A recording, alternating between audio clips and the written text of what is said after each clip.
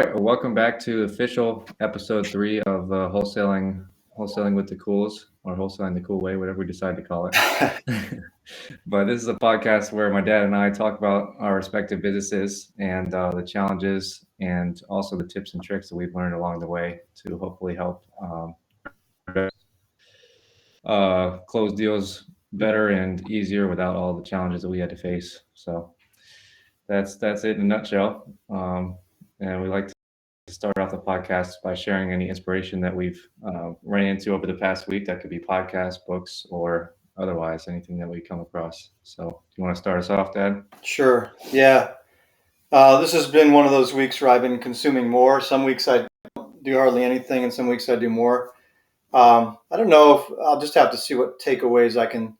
I listened to a couple Alex Hormozy things. One on YouTube. One was they dropped an episode that was like the 12-hour workday. It's like kind of just a profile of his workday.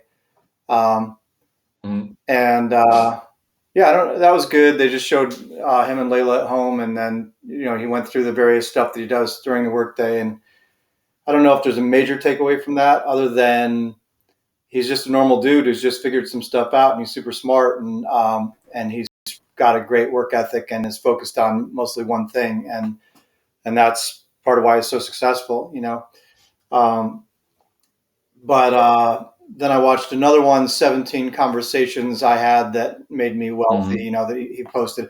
I think either that was a repost or something. I mean, I've seen a lot of it before, but a lot of good stuff about, one of the takeaways from that. And another thing I watched, Ryan Pineda dropped something with stuff he learned from hanging out with Grant Cardone.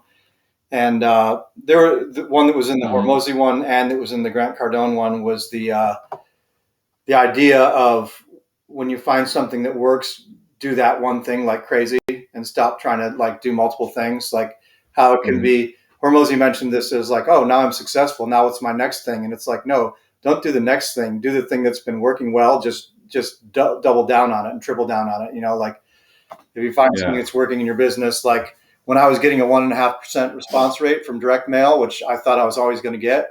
In hindsight, I should have doubled and tripled down on that, because I was getting great leads. Now I've been getting like 0.5% or less, and it's been, painful. But, so anyway, that was a good lesson for me. And then just still reading, I'll read a little bit of that Steve Seibald book, How Rich People Think, because it's always good to just get different perspectives on how like the masses think about money and how rich people think about money, And he makes a lot of distinctions about character. Like one of the ones I read this morning was whatever your character is, like there's this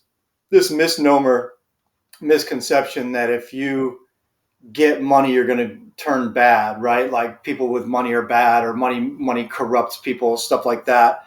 And his point was that whoever you are, money just makes you more of who you are, right? Like, so if you're a good person who's generous, the more money you have, it's just going to allow you to be more of a good person and be more generous. If you're a jerk and you get more money, then you might be a jerk with money, but it's not, they don't correlate like some people project they do.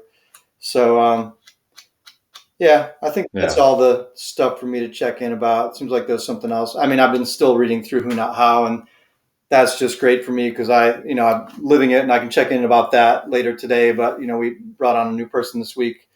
I can check in about that, how Who Not How's impacted my business and my life. But I really like the concept from that, just of like, I mentioned this before, but somebody is a who to me, like the whole concept is don't think of how I'm going to do this, think of who can get this done, right? So then that person who is a who for me, I'm also a who for them. So it's a two-way street. It's like, well, they're getting something done in my business that I didn't want to do or that I needed help with, but I'm giving them an opportunity to change their lifestyle or to achieve financial goals by offering them a job and bring them into hopefully a good culture of a company, so it goes both ways. So anyway, I think that's all I got for now. Awesome. Well, yeah, for me, I had a couple podcasts to share. I listened to Matt Larson on a podcast, which I really enjoyed. He was talking about kind of more specifics of his virtual assistant. basically ideology and process, and I took away a few things from that. One was that he gives his virtual assistants like a trial basis, and so that's something I've never tried before, but I'm implementing it. I just hired someone. Matt does a trial basis of 2 weeks in his company. I think it cut out. Did you hear me? Yeah, you said he did a trial basis of 2 weeks. It's funny because I just did that with my guy, 2 weeks, and then another 2 weeks. My new guy. Yeah. Yeah, so that's something that I took away from that, and basically, it's just a 2 week trial period. So, if at any time they decide they're not a fit, or vice versa, Right. if the person they hire doesn't enjoy it, then they can part ways during that trial period. And so he said it's typically 2 weeks. Sometimes it goes to a month, but typically within that 2 week period, they'll either know like, hey, this is a good person, we want to work full time, or hey, this is probably not going to be a fit for us. So that was a good takeaway for me. And there's a few other things that aren't coming to mind right now, but it was a really good podcast. Just hearing about his journey and stuff again is always inspiring. Especially the part like he taught Tony Robbins how to basically invest in single family homes, which I thought was really cool. And he was talking about how when he did that, he went to Vegas or whatever, and Tony had like entire floor of this resort or whatever. It was like his room. That was like one room for him. But he said he literally just went in there for a weekend, and he said he basically just broke down his entire process on how to find and invest in single family homes. And he said that Tony was like his best student he's ever had. He said he didn't check his phone one time during the whole weekend, and he was just immersed, asking questions, like just really respectful and really really a good student. So that was cool to Yeah. hear that about that. And another one I'll share is this one called Watch Gang. This was on Omar Elatar's podcast, the Passionate Few guy. So he interviewed this guy named Matthew Gallagher, and he founded a company called Watch Gang, which I've actually heard of before. But it was really inspiring to hear his story and his growth, and just a brief synopsis of it. So this guy who made the company, his father passed away. I think he was in his late 20s when his father passed away, or early 30s, and his father gave him a watch. And he said, like, up until that point, he had never known about watches, never cared about watches. But obviously, he got a watch from his father who passed, and so he took a liking to it, and that was like his prized possession from that moment on.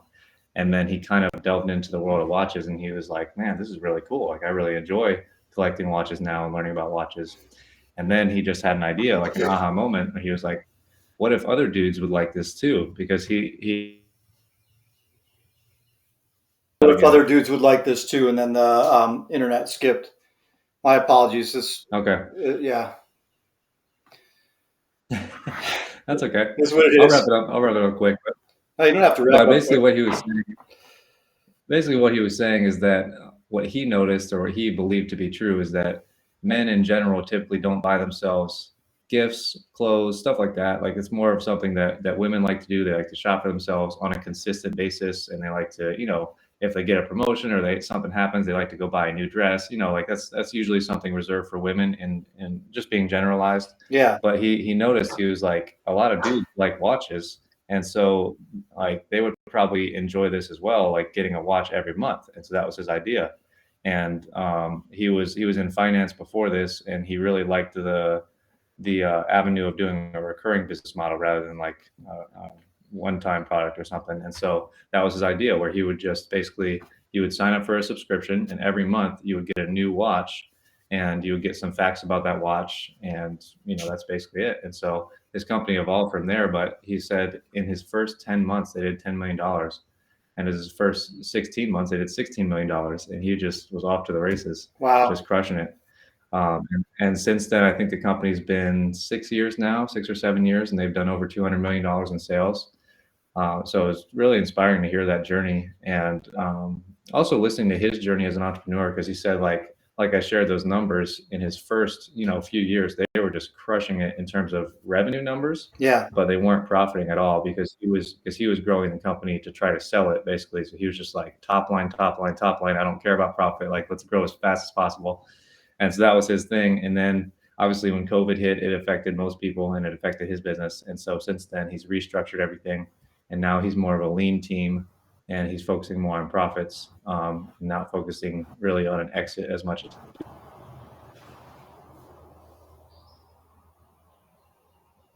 have a lot of people, and now they have different tiers.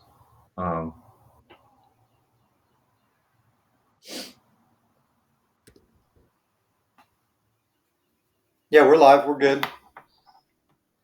Okay. It only skipped for a second there. But what's that? It only skipped for a second.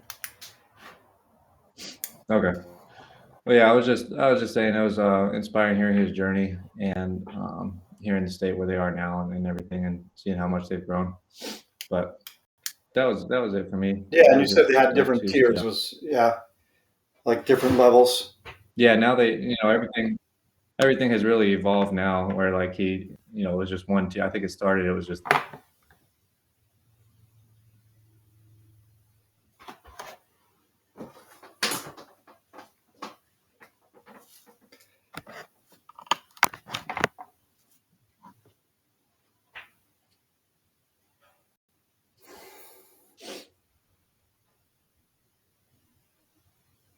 that. Yeah, very frustrating. Very frustrating to spend like $650 to get set up on Oh, that's okay. and $100 a month or whatever, and still not have internet out here. But I'm gonna have it sometimes. Yeah, that's okay. All right. That's all good. We can move on to business check-in. You want to start us off? Yeah, sure. I appreciate the story, and I got it. I mean, just frustrating to have it cut off. But yeah, that's cool. I want to check that out now. Watch Gang. Yeah, let me see what I have here. So I was doing some stuff this morning, just end of quarter stuff for the team, because we'll check in this week about how we did on the quarter and everything. Mm-hmm. I guess for the week,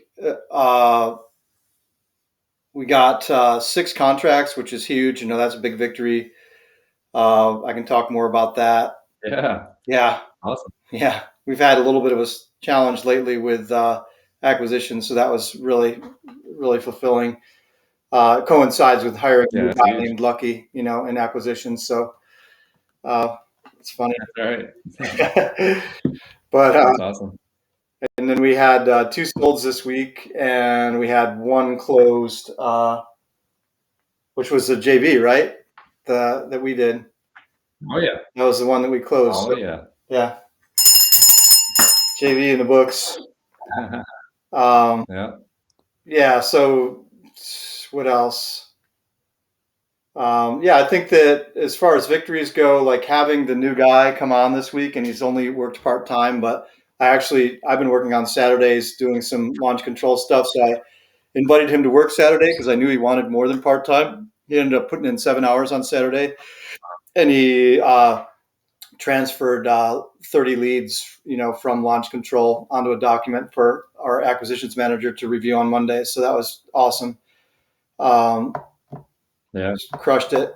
And I think that having the new person on board and managing the text platform really helped my other acquisitions person to be able to focus in on analysis and making quality offers and following up with sellers. And that led to more contracts this week. So it's another validation of that how and of outsourcing work and getting help instead of trying to do everything. So, I knew that I needed to bring on an extra person. And then the first week I did it, we got 6 contracts, So that's pretty exciting. And it's funny because I had said in the acquisitions meeting on Tuesday to Krisa and Lucky, I was like, guys, we need to be at 5 contracts a week. This is what we need to be for the second half of the year. I know it's a lot more than we've done in the past, because we've been averaging like 2 to 3 per week, but that's where we need to be at to hit our financial goal for the year. And everybody's like, oh, that's big. It's a big upgrade. And then all of a sudden we do 6 in 1 week. So it's funny. Yeah. It felt like a lot of pressure. That's awesome. We were talking about pressure and how pressure is good, and it just means that we have a big goal and we're working together to achieve it, and everybody's going to reap the benefits. So, and one of those was that house that I checked in with you about that got locked down this week. I did that one myself just because, my team's not really accustomed to working with houses because we specialize in land. So it was nice for me to just deal with the seller directly on that, get on the phone with him a couple of times and send him an offer. And I think we got it at a pretty good price. So we'll see how that goes. But yeah, So five pieces of land and one house under contract this week. And then one of the solds happened on Saturday. Derek sold this property we've had under contract for quite a while. It was kind of like a nail biter as to whether we were going to have to do a price reduction or cancel it or whatever. And it sold to somebody from Colorado on Saturday. So that's awesome. That was a big victory. Oh, cool. Yeah. And then one of the ones that sold also is that big plot of land that I mentioned to you that we got a huge price reduction on. Then we found a buyer for that this past week. So that was also a victory because we never would have done that. We were on the verge of canceling it. And now, since we got a big price reduction, that one, we found a buyer for that. Nice. Yeah. So, yeah, those are victories and KPIs. I'm going to do just a brief quarter thing too. One of the victories in disposition is that we're at almost 80% now contracts to sold. And we were in the 60 to 70 range prior to that. Quarter one, we were at 62% of our contracts got sold. And quarter two, we're at 80%. So we bumped that up almost 20%, which is big for me because it just means that our dispo is working better.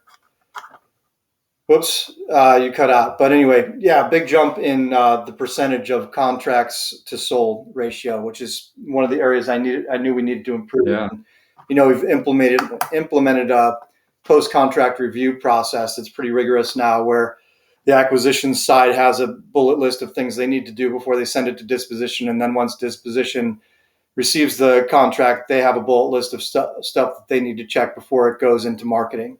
So I think that's improved our ratio there a lot. We added 119 buyers in the second quarter. So that's testament to having a second person in disposition working on cultivating relationships. Those aren't just random ads. We're focusing on quality over quantity. So those are people who we've had conversations with who are actually buying within our areas and our parameters of what we're contracting and selling, So that's a victory. Yeah, that's awesome. Yeah, and our average deal went up by $1,000, from quarter one to quarter two. So it went up over $1,000, and that's what I've been working on too, is increasing our average deal. So that's nice that we closed 13 deals in quarter two, and our average went up by like $1,020 per deal. So that's an extra $13K, right? If we had the same averages before. And then so this was another victory that was more of the last 2 weeks, but I changed my acquisitions process, and we're filtering our leads differently and qualifying sellers more. So we're really only making formal offers to people who are considered hot leads. So we're tracking hot and warm leads rather than just having all the leads in one pile. And so we're making offers only to hot leads. And our conversion rate on those offers that we're making now is 22% for the last 2 weeks. So our conversion rate prior to that had been like 5 or 6%. I think it was like more like 6%. But I was like, why was I getting 15 to 20% conversion when I was doing this business by myself, and now we're getting 6%? And part of it was because we were sending offers to a lot of tire kickers and people who weren't really serious. So now that we're actually qualifying people more rigorously and sending offers to people who are serious, we're sending fewer offers, but we're getting a higher conversion rate. So it's and it led to 6 contracts in a week. I think I can't remember the offers, and I don't have my KPI tracker up, but anyway, the math on that is if we had 6, what's that? If it's 20% of that, so 5, that means like 30 offers and 6 contracts or something like that. So somewhere in that range. So, if we can send, anyway, I'm happy with that. That's a victory. So, and then looking forward, we contracted 25 in quarter two, so that's like 2 per week, and we're going for 5 next quarter. We need to have at our current closed deal rate, we need to be closing like 10 deals a month. I mean, our price, our commission per closed deal. So we need to either increase our closed deal amount, which we'll work on, or close 10 to 12 deals a month. And that's what we'll shoot for with our KPIs, which means we need, we need to contract if we're closing 80% or selling 80% of what we contract. That means we have to do, 15. 15 to close 10, something like that.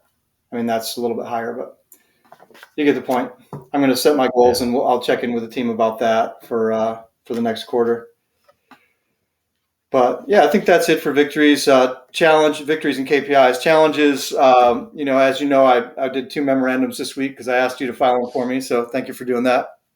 One of those was a seller who has not picked up the phone when we've tried to talk to her, but texted us that she wanted more money than what our contract agreed to. So, and I've tried to call her a few times and she hasn't picked up the phone. So anyway, I filed that memorandum on that. And we already got that sold, to a buyer. So it's frustrating because it makes us look bad in the eyes of the buyer if we can't close because the seller changed their mind mid-contract, and it puts us into specific performance territory, which, we don't really want to do. We'd rather just close the deal. But so that's one of those. And then the other one, the guy, we've had a couple different stories from him. One was that his brother wanted to buy it and was going to pay more money than we were. And the other, then I finally got him on the phone, and his story was there was a title issue that he had to get straightened out. And I said, well, we can help you with the title issue. So anyway, we're working on that one, but both of them felt like we needed some protection. So we filed the memorandums, and it's just challenging when we get these deals and the team's working on stuff, and especially when we've already got them sold and then we have issues with the seller like that. So that's one challenge. The specific performance is kind of a funny story. I was mentioning to you, it's the one YouTube short that has the most views, just me sharing my experience with specific performance, which is getting the seller to perform when they don't perform and follow through with selling the property by suing them. Darren got back to me this week and he said, hey man, they responded to me with a lawyer and we're suing the wrong person. Long and the short of it is that we're suing the wrong person, and that the seller we were under contract with has the same first and last name, but a different middle initial. And so she signed for the property. I don't know if she was trying to scam us or what. And maybe that's why she made a big stink when we sent her the closing documents, because she realized that she wasn't going to be able to pull off the scam and get paid, similar to the last person we dealt with. So then she was like, oh, I'm not going to do business with you guys. So then we sued her, and then we found out that she wasn't the owner of the property. So we spent $1,500 plus filing fees to find out that we were suing the wrong person. But so I guess the lesson there is try and make sure the middle initial matches, and make sure. It's so weird when people sign a contract, and so technically this woman, I guess, is in a place of committing fraud, right? We could sue her for that. Like, she signed fraudulently for a property she didn't own to try and sell it. And so do we want to go down that path? Not really, but it's just a weird situation. So that was a challenge. And then my actual actionable challenge, I mean, the action I can take on the challenge around the memorandums and the sellers is stuff we've already talked about that I'm working on, of just like improving the quality of our connection and our rapport with our sellers, making sure we get people on the phone when we're doing text marketing, so we're not having all these conversations in text. So Chris has been doing a great job, my acquisitions manager, of like really working, upping her game, getting people on the phone at the earliest stage possible, and making calls for warm and hot leads. So that's, I feel like, improving already. And this is just, these issues have been an indicator that needed to improve. But but as far as my other challenge, the other challenge is we've talked about this before too, but how to go deep into markets without like going over the same ground over and over on launch control, on texting platform, right? Like, if we're working the same like dozen counties that we feel like are our best counties, how do we continue to hit those counties without driving people crazy or making people have a bad impression of our business, or just running out of leads, and that's been one of my challenges because we're trying to ramp up Uh-huh. our marketing, which means sending out more marketing. Yeah. But then, Yeah. but then it feels like we're going to run out of people to market to. We're doing the follow up campaigns like crazy, which I think follow up campaigns are just pulling the leads with no response and hitting them again, right? But as far as doing new campaigns, I mean, how often can you pull a new list in the same county or area? Like once per quarter, once every other month? I don't know. So I tried to get a training call with Launch Control, and they totally blew me off on Friday. I had a call scheduled, and they just didn't call me. And I emailed them, and I was like, "Hey, is this call happening?" So I'll try again this week to see what strategies they have for that. And then other than that, then I'm like, well, do I need to try cold calling, to have another marketing channel, or do I need to keep split testing different direct mail things? And direct mail was huge for me in 2021 and 22, and then it just dropped off big time. And we're doing a new mailer. This is what it looks like. It's it looks like you got a check in the mail. Can you see that? Oh, nice. Yeah, Yeah. got the whole thing on the back, like the security stuff, and you pull off the tabs. That's awesome. Yeah, and then you open it up, and it's like, there's a check there with my signature on it, and then Wow. the letter, the whole thing has got the window, and it says, well, this is actually from our sales manager, is the person who's addressed, but I'm so and so. I've got to Hammer Real Estate Investments. This thing on the upper left says, we're ready to turn this into a live check. Give us a call. This check represents an offer, blah, blah, blah. So anyway, this is one that was recommended to us by our rep at the mailing company. So we're split testing this with our traditional letter that we've done. And we did get the first letter that went out a couple of weeks ago has gotten the same response rate we've been getting on that letter. We've gotten, 10 or 12 leads for 2,000 plus mail pieces. So that's like 0.5%. This one so far already has 8 or 10 leads similar. So I'm hoping this one will perform better, and maybe we just switch over to this and get some more. And if that works, I bet it will. You think it will? Definitely. But if that works, then that's our new marketing channel. We just double down on that, even though it's fairly expensive compared to text, But I want to figure out how to go deeper with text and maximize my use of that. And then I want to see if I need to do another marketing channel. So that's my challenge, that I'm working on right now. But yeah, I think that's it for me for my business check-in. Sweet. Yeah, I would definitely try to do another call with Launch Control. So I was going to share I had one this week, and it was very helpful for me. Yeah, I don't know what happened with them. They just didn't call, but maybe somebody dropped the ball in their office. Yeah, my dude was. It was weird. The link that, like, we set up a Google Calendar link or whatever for Zoom, and the link didn't work in that thing. So they might have been having technical errors this week because he emailed me because I was like sitting in the Zoom call and I was like, where is this dude? I thought I saw the same thing, but then he emailed me. He was like, sorry about that. Like, I think our system is messed up, and he sent me a new link. So we hopped on a little bit later, but yeah, they might have had some technical difficulties last week. But that was helpful for me. So I would definitely recommend rescheduling that if you can. Yeah. Yeah, and you're doing more volume of text than I am, and you're still not overlapping, right? And you're still getting leads at a pretty good rate. Yeah, I'm probably gonna do another account, honestly, probably very soon.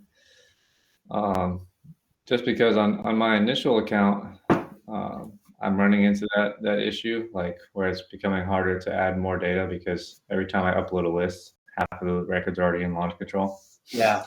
But on my second account, that's not the case at all, and I barely have even scratched the surface in terms of like let's see, I could probably pull it up in terms of data that I have in my other one. I guess they don't show you the total data you have, but either way, my second account I still have lots more data that I could add in there, just this data that I already have. So I'm thinking about adding a third account, but I would say, I pull the same counties monthly. I just do slightly different parameters. So I don't know how different you can get on land, like, because I don't know, like with houses, I can do a different percent of equity. I could do a different number of years owned. Like for example, I could pull a list with people with 5 years of ownership, 10 years ownership, 15 years ownership, 20 years. So I think that's something you could also do with land is ownership. I'm assuming you can't do equity with land, but ownership, and then I pull a list from list source that I call a no data list. And so that list is no unknown or unknown last sales price and unknown equity. And so what I've found with that list is it's typically a bunch of inherited properties, which, they can be challenging, but they can also be good deals at the same time. So if you can pull something similar with what you're using, I would recommend that one. Just like unknown equity or unknown sales price for land. Because what I found when you do the unknown sales price, it seems to be inter-family transfers that come up, and, Yeah. and a lot of times those people do want to sell. So, um, but yeah, I mean that's the feedback I have there. Just try to change your parameters around because I still pull, Durham, Raleigh, Fayetteville, all these counties I've been in for years. But first of all, more records are added every quarter or so, I think, and then there's always different parameters. So I think it's slightly less with land that you can do, but But you're pulling monthly? yeah, I mean, I kind of just pull whenever Yassine tells me to pull because he's the he's kind of the head of my launch control thing. So in terms of my cold callers, they're totally fine. But like I said, that first launch control account I have 5,000 texts a day, it burns through data quicker. So I would say on average right now it's like monthly, sometimes biweekly. So probably once or twice a month, I'm pulling new data. And are you And so using when I multiple platforms to pull data? Are you pulling from List Source and PropStream and other? Yeah, so right now I'm using list source and direct skip. Those are really the two that I use mostly. This week I pulled with PropWire. I pulled a list, and I was going to tell you about that. I was But going to tell you about that was that too. phenomenal. Yeah, that was so. Um, I'll just share in case it's useful for you because I pulled a list from PropWire this week uh, because I was talking with my buddies. I was like, "Hey, do you know how to pull specific neighborhoods?" And he was like, "Yeah, you can just do that on PropWire." I didn't know that, so I don't know if you already knew that, but I just went in there and I've closed a few deals in this one neighborhood in Rayford, North Carolina, Hope County.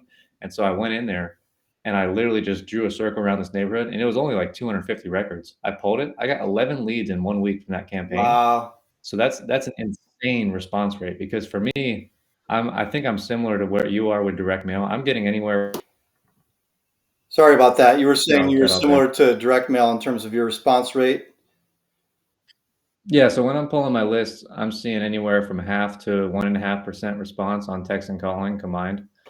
But with this list, like I said, I pulled about 250 records was this whole neighborhood. Got 11 leads in the first week, so probably more next week. So just 11 for 250, I think that's about 5%. So that's Yeah. 5x what I'm normally getting.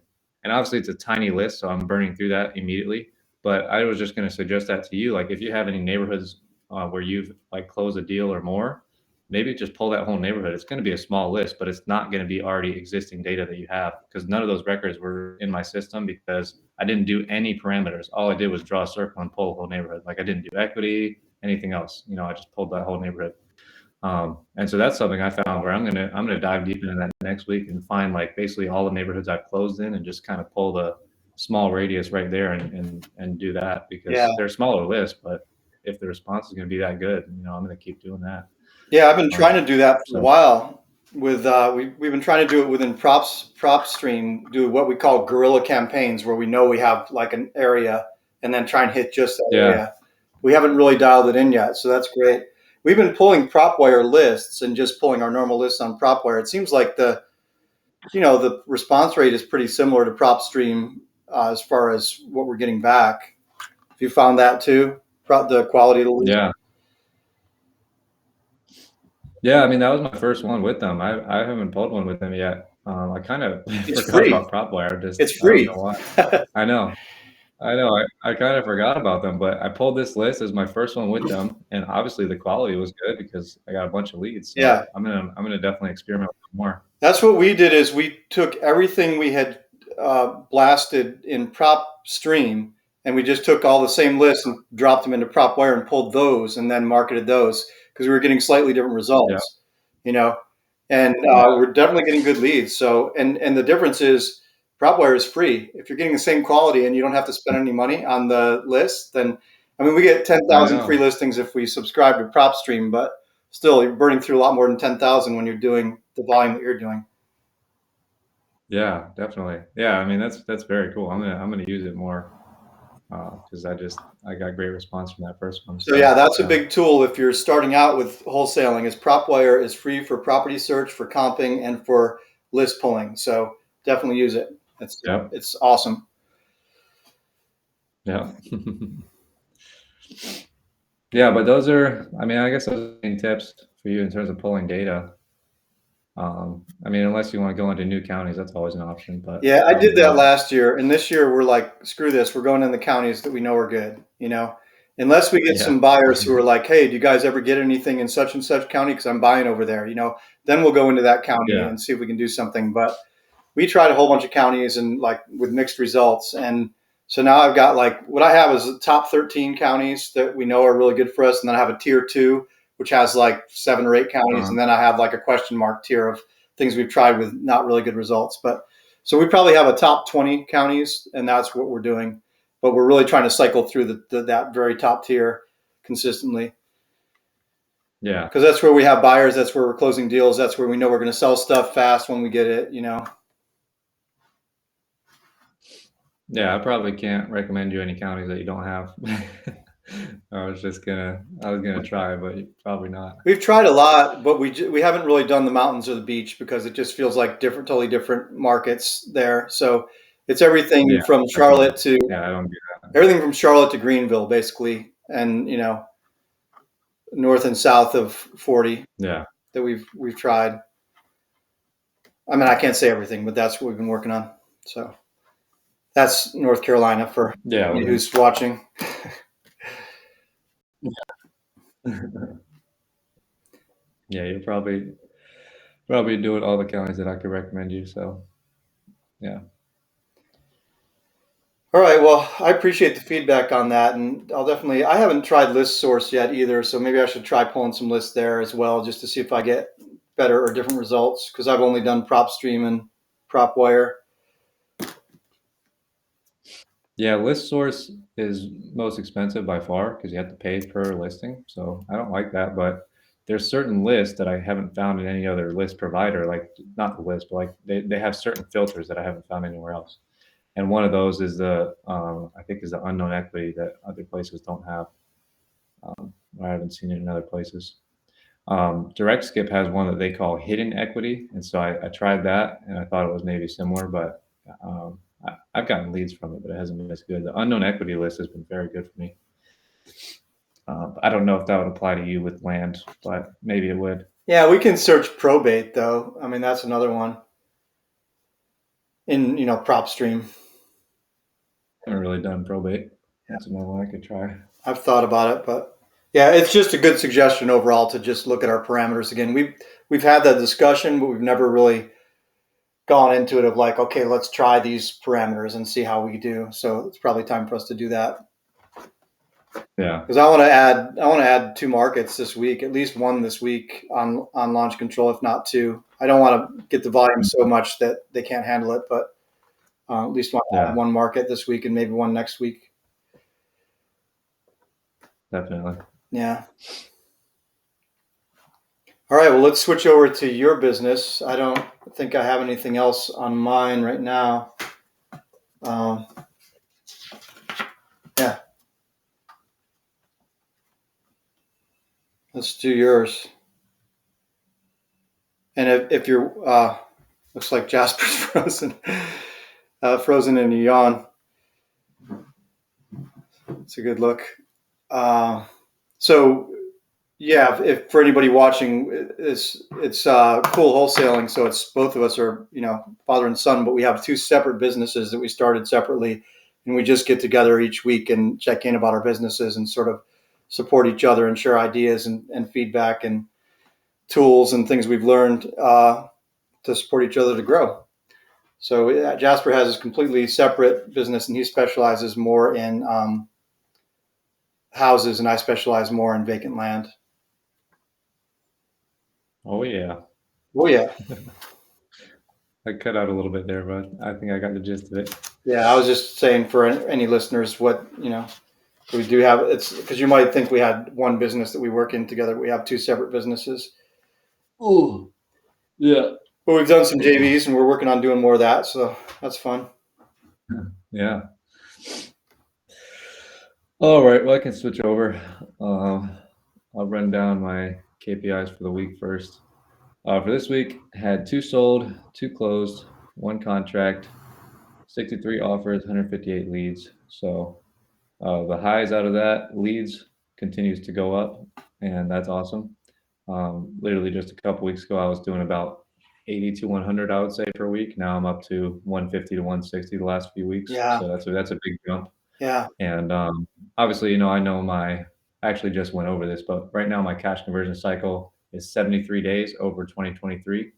And so that means when a lead comes in, on average, I'll get a contract on that lead in 73 days. If all other things considered, not every lead, right? But that's how long it takes to get paid on average once I get a good lead that comes in. So I know that all these leads I'm getting now will pay off probably in August-ish or September.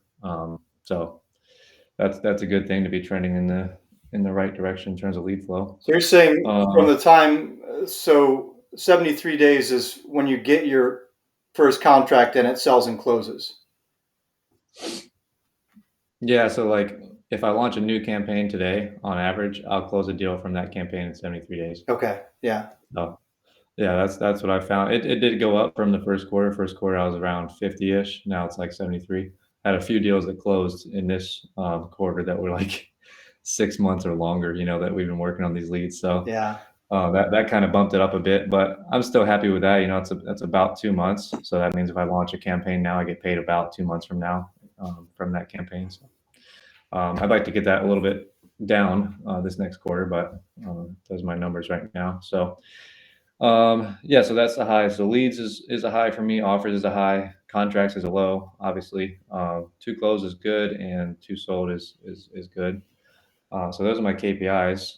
Going over victories for this week. Obviously, the 2 closed was awesome. It's great to do another JV with you guys, and that was super smooth. I love deals like that where the buyer is literally wiring in money. A whole one business day before the closing. It's always awesome. They were great Uh, about working with us on that issue with the yeah, soil too.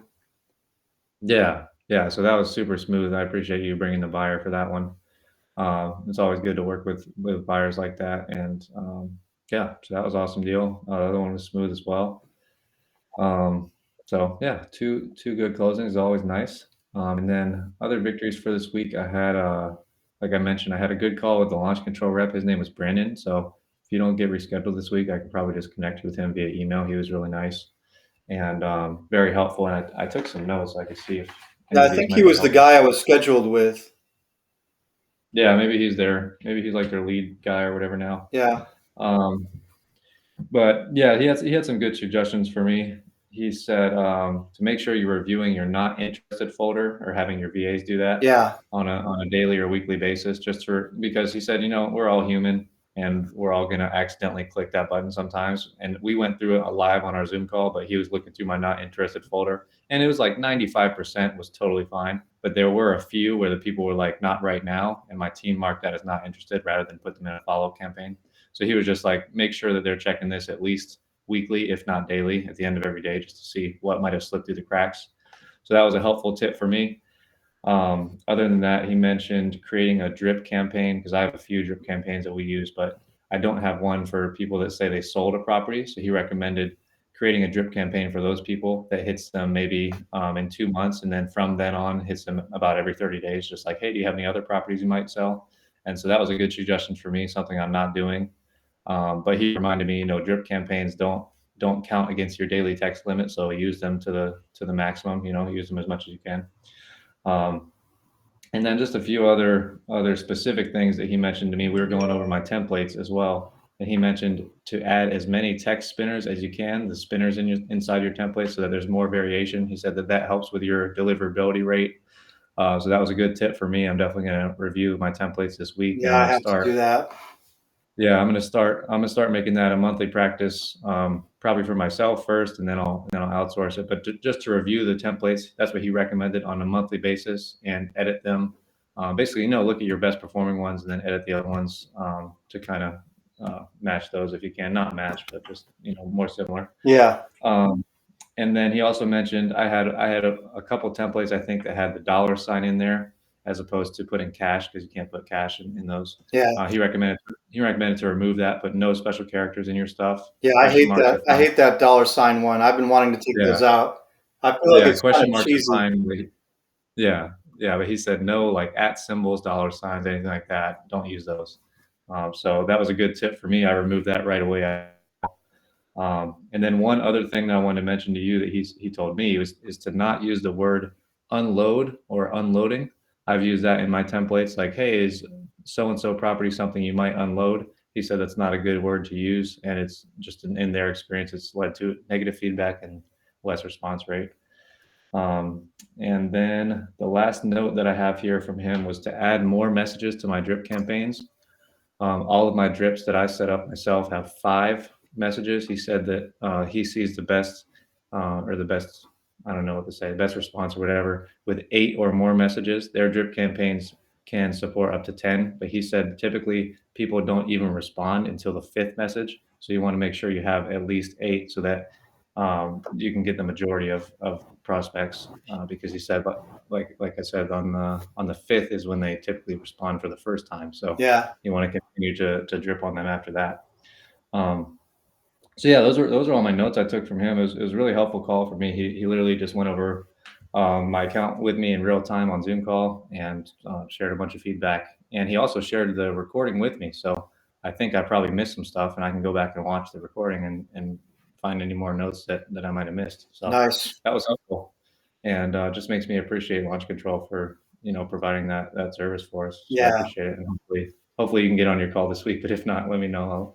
I'll reach out to him and see if we can connect you. And it's a good example too, as far as growing your business is like take advantage of the free services when they're there, right? Because Yeah, I did the same thing yeah. with my direct mail a couple of weeks ago. I just got on the phone with the rep who's available for a free 30-minute counseling session. Mhm. But he just talked to us Mhm. about where we're at, where we wanted to go, what our results had been, what has been working for other people he sees investing in land, and then Mhm. we came to split testing and doing this thing, which seems to be working. So, and that was free. It was a Yeah, free consultation. So take advantage of that yeah, stuff. yeah. I like that mail piece a lot. I think that's gonna do well for you guys. That's a good one. Yeah. If I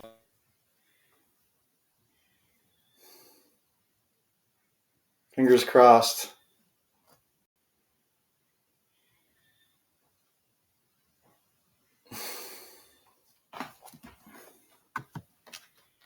We're back. You still there? Yeah. Okay.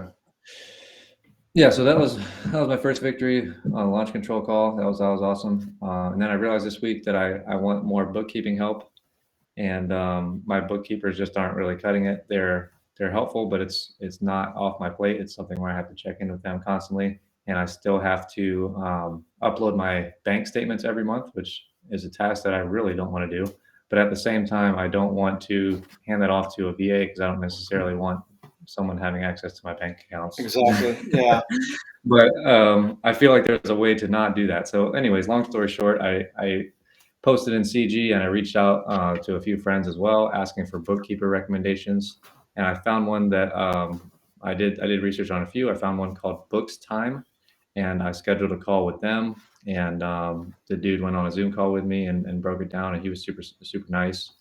And basically, after the Zoom call, they logged into or I gave them, it's called accountant access or whatever, to my QuickBooks. Yeah. They logged in there, they did a review or whatever, and he got back to me with a quote. I think it was in like 2 days, so I was happy with that. And the quote is, it's not double, it's less than double what I'm paying right now, but for what he described as a basically 100% hands-off service, which is what I'm looking for. And it's also something where the current bookkeepers are not experienced in real estate at all, it seems, because when wholesaling, it's very simple, right? I just get a wire when a thing comes in. It's just, you can easily classify that. But when I actually buy and sell a property, they do not know how to handle it at all, and I don't know how to fix it. So I just see that my books are way off in terms of profit and expenses and stuff when Yeah. every time I buy and sell something. And so that's something I brought up to him, and he said they're very experienced with real estate, and so I signed up with them. And I'm looking forward to it, um, and hopefully it will be what I'm looking for. So if it is, I'll recommend them to you in a couple months, but I'll give it a try first. But It's an I'm excellent, looking forward to it. excellent who not how move. Yeah, I'm looking forward to it. That's not something I want to do at all. Me either. I'm logging into QuickBooks every weekend. I'm classifying transactions myself. I'm going over this. I'm like, this is all wrong, but I don't know how to fix it. So I'm like, I don't ever want to do this again. And it's a big learning curve and a lot of time. Yeah. So, so yeah, I'm happy with that. Like I said, I think I mentioned to you, the TrueBooks people that did my taxes, I was happy with their tax service, but they quoted me $1,200 for bookkeeping. I'm not paying that.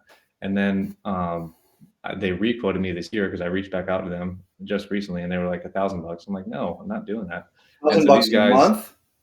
yeah, and so these guys are still very expensive. Who I'm signing up with, in my opinion, it's still $475, but that's way cheaper than those guys. So I save myself $6,000 a year, going with these guys. So it's still more expensive, but I'm already paying 300 for these QuickBooks people, and they suck. So why not pay an extra $200 and get better service? So hopefully it's better. Yeah.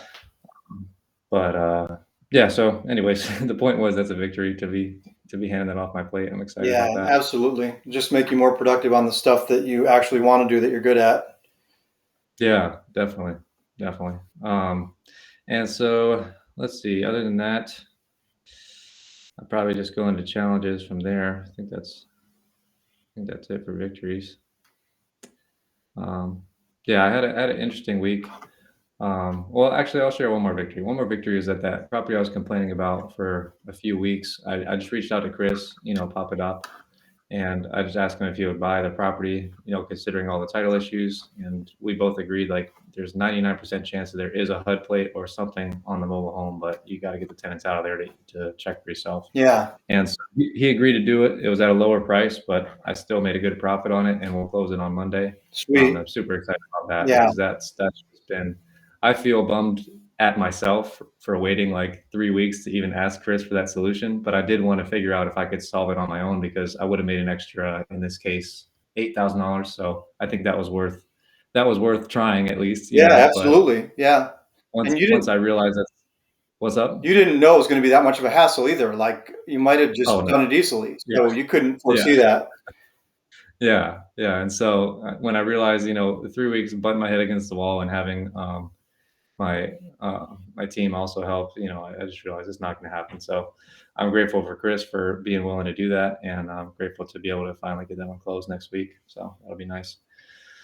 But yeah, so that's the last victory I'll share here. In terms of challenges, the week was kind of up and down for me. I got the mobile, or not the mobile home, the multifamily that I was telling you about, 11-unit deal in Hickory, and so I got the property for 675.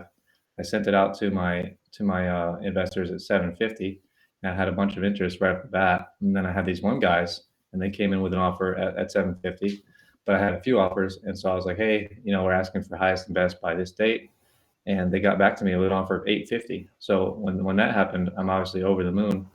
That would be by far the biggest deal I've ever done. But then lo and behold, we get to the showing this week, and they come back to me from 850. They come back to me, it's like 550 or something. And I'm like, Jesus. And granted, they said we just want the 2 quads in the house. We don't want the duplex. That was for 3 properties, not 4.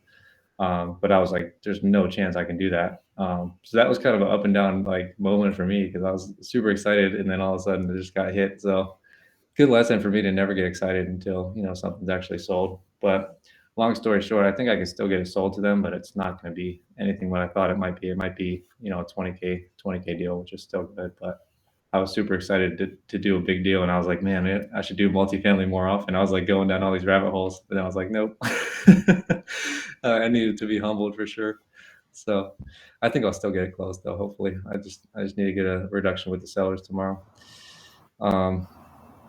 But other than that, the other challenge for me this week was, I had this other deal. that was a really good deal as a single family. So it's not like this multifamily. It's an area that I'm very familiar with. It was going to be a great deal for me.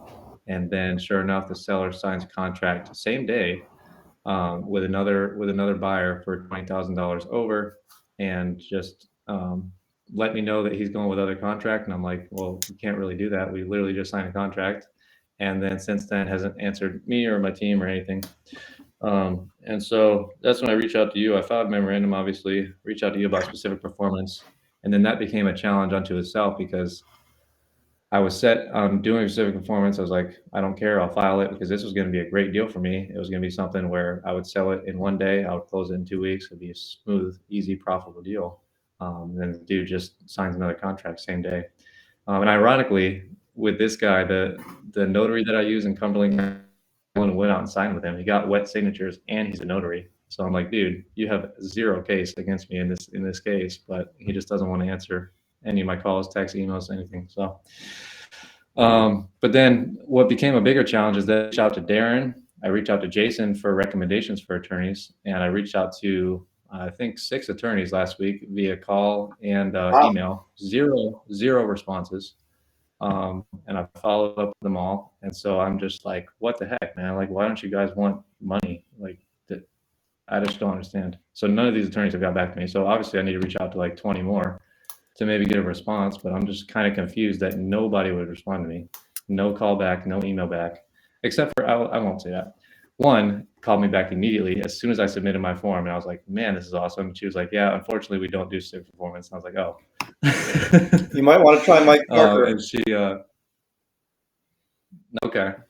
And she referred me to another one who never got back to me, but she was the one attorney who did get back to me. So I won't say they all ignored me, but Try Cheshire and Parker. I just typed it in here, Mike Parker. He likes to. Okay, yeah, I've actually been in contact. You've been in contact before, with so Mike? I have their info.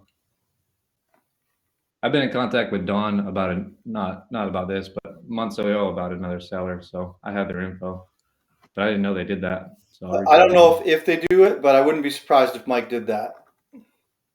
He's the one who did my. Yeah, I'll reach out to them. When I had the seller in default on owner finance deal, he did the paperwork for that, like for them to quit claim deed the property to us and stuff. So I think, if it has to do with real estate, there's a chance that he does it. Okay. Well, yeah, I'll reach out to him tomorrow then. I want to ask your advice on this deal though, because there's another wrinkle with it. So, seller reaches out to me on Wednesday of this week. We were scheduled to get pictures in lockbox on Wednesday, and he's like, "Never mind, I accepted another offer." Blah blah blah. I'm like, "Okay, no, it's not going to happen. We're going to file a memorandum, and we're."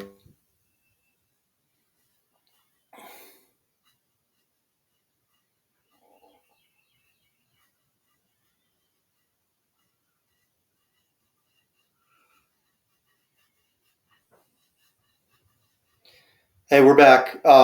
Not only that, but it's just like Okay. if somebody came in and offered 20K more than you, chances are they don't know what the heck they're doing, and they're not going to even close it, right? I mean, somebody, unless they're trying to do it for retail for themselves and have a house hack or something. But yeah, I mean, unfortunately, on this deal, it was a fantastic deal. So there is room for me to come up 20K, but I'm not going to do that. Um, but yeah, I mean, in most cases, I totally agree. And the wrinkle in this is that after all that happened, I see the deal literally like 2 hours later from Short Sleeves. And so that's a dude that we saw speak a long time ago in NC RIA. You and I were at that meeting. And his name is Bob or Robert Short Sleeves, and he works in real estate. Oh, the guy down in Fayetteville? Yeah. So this deal's in Fayetteville. And so his company contracted it, sent it out for the same exact price I was going to send it out for. And so I just immediately reached out to them and I was like, hey, just letting you know, I know you guys probably didn't know, but we have a contract on this one. And sellers just completely ghosted us, and we filed a memorandum. So I let him know that, and then we spoke about it. And long story short with them, like, he seems like a nice guy, and obviously he's been in business for a while. So instead of being an asshole to him and trying to sue them because they didn't know, I just agreed to basically, we'll do a JV on it, leaning in my favor, obviously, because we had the contract first. But that's what we agreed on. But then since then, the seller's still not answering any of my calls. So I don't really know the best way to proceed here. Like, should I still file specific performance? At the same time, I like Robert. He seems like a nice guy, but are they going to try to backdoor me here? Like, I just don't know the best way to proceed with this. And so basically what we agreed on after we spoke on the phone, he's like, okay, this is how I'm going to play it. I'm going to go back to the seller and I'm going to tell him, hey, look, you signed a contract with Bright Home Offer, Jasper's team, like before us. Like, you can't just sign two contracts at once. You need to honor this contract and you need to go back and work with them. And so that's what we agreed that he would do. And he did do it. And he told me he did it. But, after that, he still hasn't returned my calls. And to make matters worse, they had installed their lockbox on the property. And so it was going to be easy for either one of us to sell it, but the seller took his key out of lockbox. So now it's just like, what the heck? So I don't know. I just wanted your feedback there. Like, should I file suit? Should I don't really know, because me and all my team have tried to reach out to the seller. Nothing's working. So I don't know what to do there. Or should I reach out to Rob and try to ask his team to help with the communication? I don't really know what to do there. Yeah. So that's a nutshell. Yeah, that's tough. I mean, first of all, it's really cool that they were cool about it. That Short Sleeves is really cool Yeah. about it and is doing the right thing. So I really appreciate that. That's awesome to see that integrity.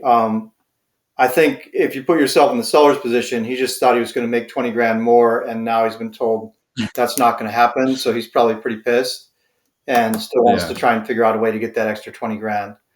So Yeah, exactly. So you can sue him. And the one question I had about that was, is the seller married? And if so, did both parties sign? Oh yeah. I won't ever let that happen again. Both parties signed, wet signature, and with a notary, like I said. So Okay. Yeah. So triple whammy that would on be the my only hole that could get poked in your case, is that if only one spouse signed, you wouldn't have a case.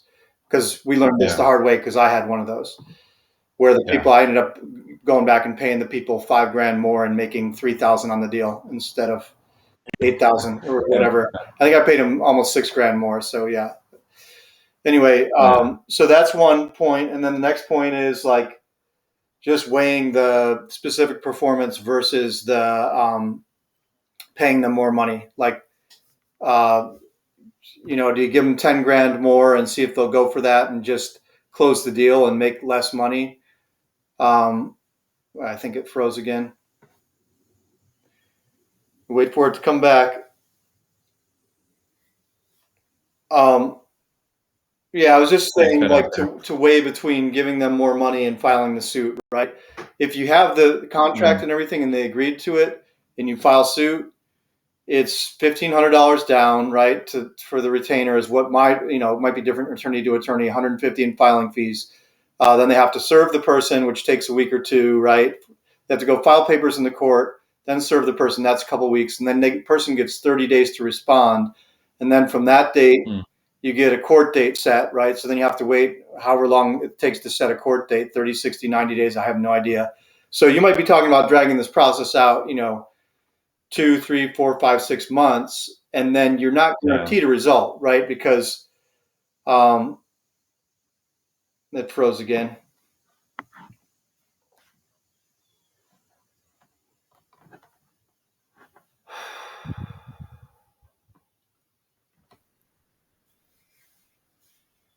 I cut out again. Yeah, so I was just saying you might drag the process out multiple months. You're not guaranteed of the result.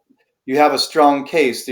From what I've read about specific performance, the only issue you could run into is if they say it's usury, like where you're taking advantage of somebody and offering them an extremely low rate, and they can prove that. So your contract thing is airtight with the 2 signatures and the notary. And I don't know about the price thing, like whether that's really a factor for the judge. That's something to ask a lawyer. But you might, if you can talk to a lawyer about it, you can tell them, this is the thing. I know I'm not going to hold you to this, but what do you think my chances are of success?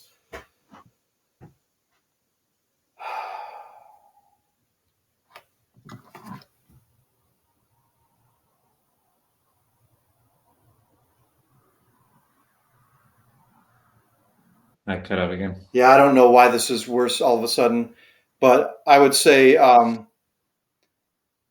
just ask a lawyer. I know, I can't hold you. I'm not going to hold you to this, but what are your thoughts on the chances of success here? With this case. Yeah. But so, those are the two options I can see right away. Is like you try and find somewhere in between the other offer and your offer and see if they'll go for that. Or you do the performance, which you have a strong likelihood of winning, but just know that it's going to be a long play that's going to take, you know, whatever, 3 to 6 months maybe. And then also some other wholesaler could come in the interim and try and do a deal with them. And, you don't know, you don't know if your memorandum is going to hold up or not. Yeah. I mean, we haven't had 100% success with memorandums, right? Like sometimes they seem Yeah. to hold up and sometimes they don't. So, Yeah, I just had the one in Cumberland County that did, but I really think it's based on attorney and not the memorandum itself. I think it's based on whoever the closing attorney is, yeah, you know? because I had the one in Oxford where they just closed right around me with a memorandum in place in Yeah. Granville County. So I was like, I think it oh, just why am I depends on even if the bothering with this? attorney. Yeah. And then Yeah. Jason gave me So, feedback on the memorandum one time and said, well, you need to have this and that in there. It was something that we didn't feel like we could do. I can't remember it right now. But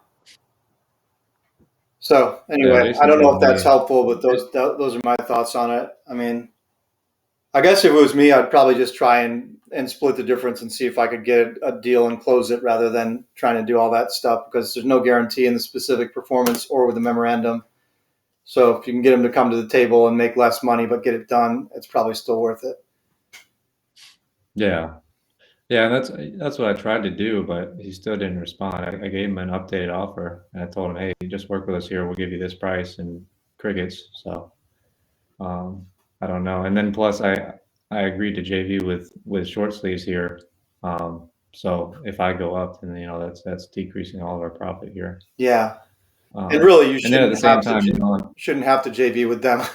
You had the contract first. yeah, yeah. I mean, at the same time, like there's that angle. Like I could just go back and say never mind because they never signed the JV, and so on that end, I'm kind of shaky. Like, are they trustworthy?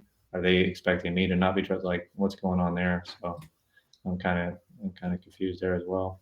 Yeah. Uh, but yeah, I don't really know. I guess I could try offering him an even higher price again, but then it's just like a never-ending game of increasing. Yeah, I don't think you Um, should offer him anything uh, more until he at least comes to the table and talks with you.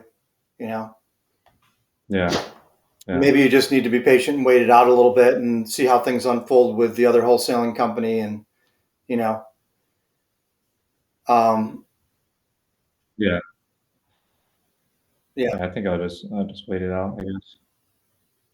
Because you're right, the specific performance thing. Also, what I realized, like when I was all amped up, like trying to find lawyers, I was like, wait a second, what happens if I like go through this process? I don't want to fly to North Carolina to sit in a courtroom. Like, what is that? What I have to do? Like, I'm not going to do that. So yeah. I don't I know if was you thinking actually through have to that. go to court or if you can just have the lawyer represent you. That's a good question too. Yeah, because I was thinking through that. I was like, I'm not going to do that. I mean, maybe, but probably not. But Well, for a big one thing profit that I like did that, want to for a share though, profit of 20K plus, you might fly over. You know. yeah, but one thing I wanted to share with you in regards to memorandum, because Jason did tell me that according to the NC law or whatever, seller and buyer need to sign the memorandum. But one thing that I found in CG, because I was searching our Facebook group for memorandums and people's advice on them or whatever, and one guy had a great tip, which is to authorize someone.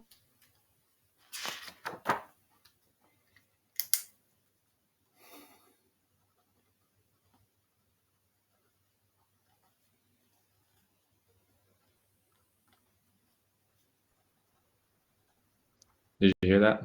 No, you cut off that great tip. Okay. Well, this dude was talking about memorandums, and he said that one tip his company uses, both for memorandums and closing docs, is they have an authorized signer at their closing attorney's office. So, in this case, it could be Giselle or Jason or anyone on their staff that literally signs and notarizes memorandums on behalf of their company and closing documents on behalf of their company at the attorney's office with the seller. So that was just a cool tip that I thought about. But that doesn't help But with getting the also, seller to sign the memorandum. yeah, that just helps with getting it signed and notarized. But But theoretically, you one thing could, that, when you're sending your notary to the seller's house, like in this case, you could just include a memorandum in the packet.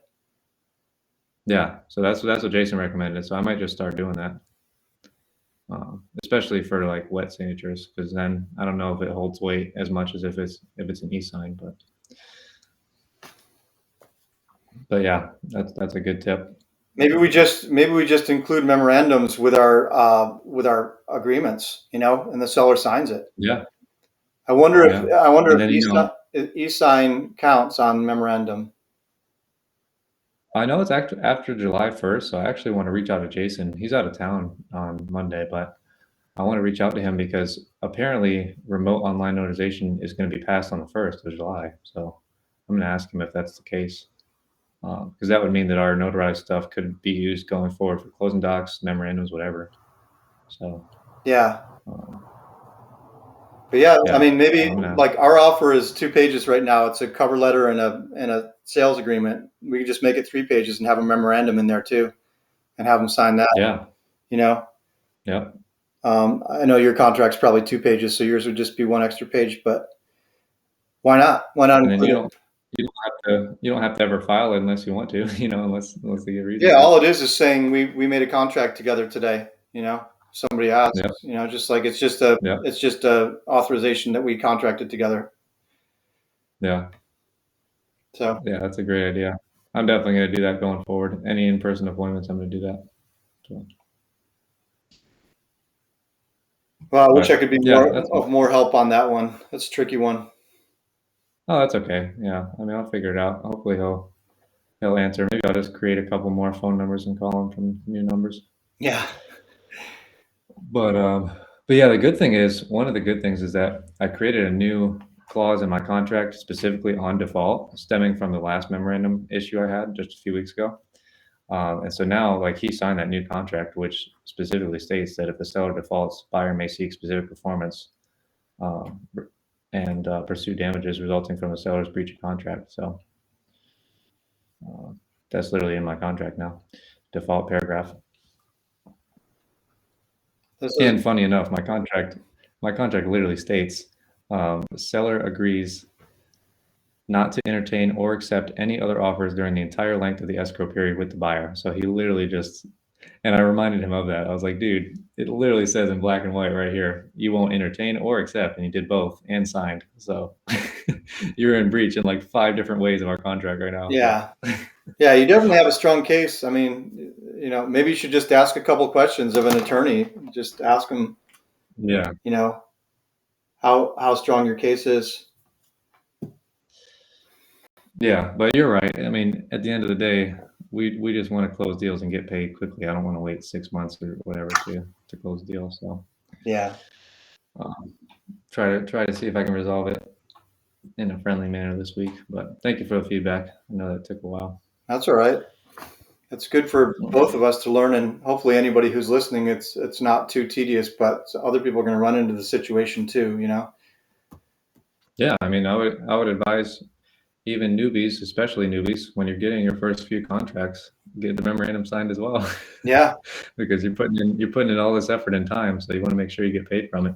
yeah. So And people, yeah, I would say like 80 to 90% of sellers have integrity and like are not going to try and yeah, go around you and go with other people. But there's that whatever 10 to 20% of people who are just going to take another offer and say, screw this guy. I'm out for myself. yep, So, and we run into them. yep, So you don't want that to be like your first deal where you run into one of those sellers, and the memorandum is yeah, a way to possibly protect yourself. And I think in different states, it'll be different. Like, I don't know that both buyer and seller have to sign that in every state, right? I think it's in North Carolina, but it might be like in a hmm different state, you could just sign it and notarize it and file it with the county, and it would hold more weight than the ones that we have been filing hold, without the seller signature. So, yep, yep. Consult your attorney in your state. yeah. but but yeah. Well, all right, we can move on and close out then. Do you want to just close out with appreciations? Sure. Or if there's any, I always come across good quotes, and then I feel like I'm going to write them down, and then I don't write them, like for some kind of a closing thing, right? Yeah. But yeah, I appreciate you doing this mastermind with me every week, and I appreciate that we've been going strong with this for 2 or 3 years now. I mean, I know it's over 2 years, right? You've been in Arizona almost 2 years, probably going on 3 years, I would guess. Um, and yeah, I get a ton of value from meeting every week and being able to grow our businesses together and share tools and tips and everything. And so I appreciate Yeah. that. I appreciate this screen recorder. It seems like it's working to record our session here. So hopefully we can help other people with our experience, and appreciate the good weather here. Whoops, it looks like the screen froze again. This has been a terrible internet session. Yeah. But yeah, I appreciate the warm weather here in North Carolina. It's nice to have it be springtime and have all the birds and butterflies out and stuff, and be able to wear shorts, and appreciate my health and being able to be active and fit and exercise and play a lot. And yeah, appreciate the ability to fly to Chicago and see my lady, and how easy that Yeah. is. 2 hour flight, or hour and a half flight, I think it is. So that's great. Excited. Yeah. Yeah. And I appreciate my team, and I appreciate, all the great people I have working on my team, crushing it to build this business. It's really awesome to have Oh yeah. such great people with great work ethic, Mhm. positive attitude, Yeah. and willing to learn and grow. Yeah, so we're very grateful for all the people I have on the team. And I'm in with that. Awesome. Well, yeah, I appreciate you for doing this today and always. And I appreciate the new bookkeeper that I found, and hopefully they can take that off my plate. I appreciate all the resources there are out there for delegating things. You just gotta open your eyes and look, and then you'll find it. So appreciate that, and I appreciate being able to um, grow my team and continue to bring on more people. Bringing on a new guy next week, and hopefully another cold caller as well. So I'm excited for that, and uh, yeah, I just appreciate everyone on my team. One of my guys this week, I forgot to share with you. He was super excited on Friday because it was his birthday. It was his birthday, like with the time difference, Friday or Saturday in the Philippines. But he was super excited because he was going to go to the market and roast a pig, and he sent me a picture of his full roast pig. He had like a whole feast, and he was just super excited, super happy. So that was fun to Nice. see that. I appreciate just being involved in these guys' lives. Yeah, And this guy Chris is really sweet. He's like, if you were here, you'd be invited too, and it was really sweet. So nice. I appreciate, yeah, being able to grow a team and meet new people like that. Even though it's virtual, I still really enjoy that. So Yeah, I'm me grateful for too. the opportunity to build a business where you can bring on fun and friendly and awesome team members. So grateful for that. But yeah, I'm in with that. And learn about culture in the Philippines for the people working in the Philippines. Yeah, uh, definitely. yeah, that reminded me of one of the things from the Grant Cardone Ryan Pineda thing, and they said that getting bigger, things get easier as you get bigger. It's like a counterintuitive idea, but like both Grant and Yeah. Ryan said that they work less now that they're bigger. Not more. Mhm. Like when you have a smaller Yeah. team and you're trying to do all the things, then you're working harder. But when you get bigger, then everybody's doing all the things and you're overseeing. Then it's actually easier. So interesting. Yeah. Definitely. Definitely. But did Michael propose to his girlfriend? Oh yeah, he did. Yeah, he sent me the pictures this past week on Monday. I forgot to share that too. That was definitely a victory to see that. Yeah, that's awesome. So she said yes. Yeah, yeah, he had some awesome pictures. They had this cool venue. It was like a jungle type venue, like it was like a big gazebo, but it was like open air. And it was right on the beach. It was really cool. He sent me a bunch of pictures, so that was fun to see that. Sweet. And everyone was very happy for him too. That's great. That was awesome. Yeah, that's a Yeah. joyful occasion for sure. Awesome. Yeah. All right. Should we end the recording here? See if we can. Yeah.